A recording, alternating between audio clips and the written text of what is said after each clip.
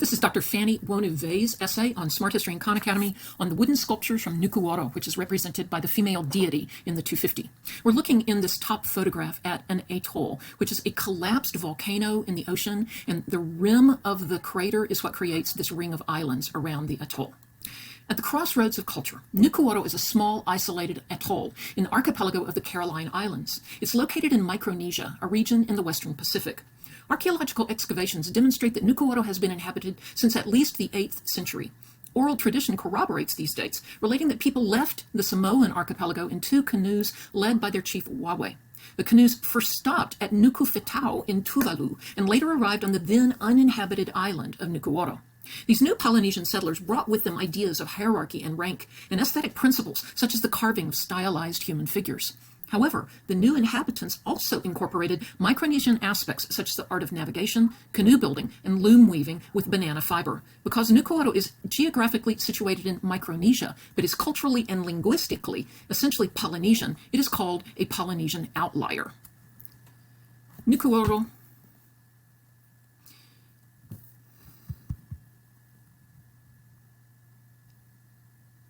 The Spanish navigator Juan Bautista Monteverde was the first European to sight the atoll on February 18, 1806, when he was on his way from Manila in the Philippines to Lima in South America. The estimated 400 inhabitants of Nukuoro engaged in barter and exchange with Europeans as early as 1830, as can be attested from the presence of Western metal tools. A trading post was only established in 1870.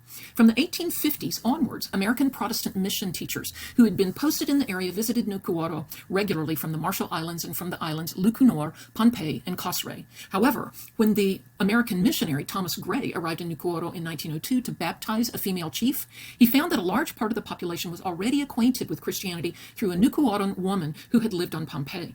When Gray returned 3 years later, he found that the local sacred ground and the large temple had been replaced by a church. By 1913, many of the pre-Christian traditions, including dances, songs, and stories, were lost. Most of the wooden images had been taken off the island before 1885 and subsequently lost their function. In 1874, the missionary Edward T. Doane made the first mention of carved wooden figures. It's unclear, however, where this experienced missionary got his information from, as he never left his ship, the Morning Star, to go ashore. 2 German men, Johann Stanislaus Kubari, who visited the island in 1873 and in 1877 while working for the Godfroy Trading Company in its museum, and Karl Jeschke, a ship's captain who first visited the atoll in 1904 and then regularly between 1910 and 1913, give the most detailed information on the Nukuorian figures. The first Europeans to collect the Nukuoro sculptures found them coarse and clumsy.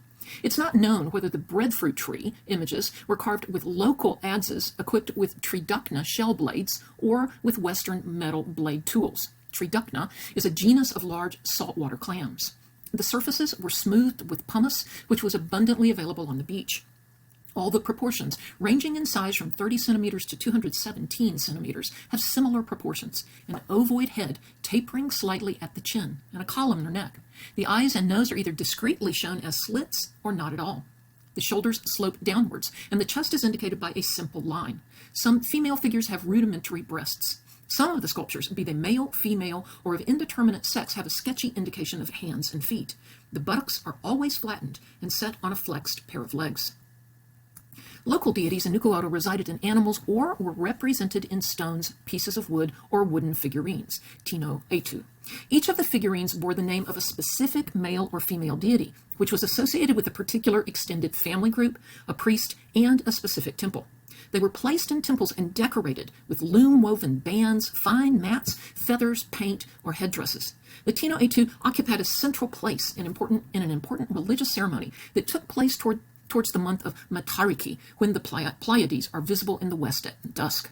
The rituals marked the beginning of the harvesting of 2 kinds of taro: breadfruit, arrowroot, banana, sugarcane, pandanus, and coconuts. During the festivities, which could last several weeks, the harvested fruits and food offerings were brought to the wooden sculptures, male and female dances were performed, and women were tattooed. Any weathered and rotten statues were also replaced during the ceremony. For the period of these rituals, the sculptures were considered the resting place of a god or a deified ancestor's spirit.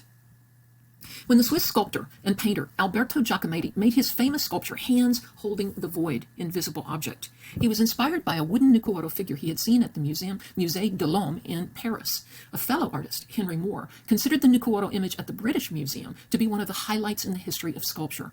Both carvings are part of a small group of 37 sculptures from Nukuoro that arrived in Western museum collections from the 1870s onwards. European artists believed that the highly stylized representation of the human in the Nukuoro figures represented the purest form of art, an art that lay at the origins of mankind. Today, the sight of even a small Nukuoro figure still makes a big impact on visitors. Scattered across museums and private collections in Europe, North America, and New Zealand, 10 figures were brought together for the first time at the Foundation Baylor in Rien near the Swiss city of Basel. This prompted research in these exquisite sculptures, which has been bundled in a book, Nukuoro, Sculptures from Micronesia. Nukuoro figures continue to inspire Nukuoroans and Westerners alike as they are copied and displayed in places ranging from people's houses to Pacific-themed hotel lobbies.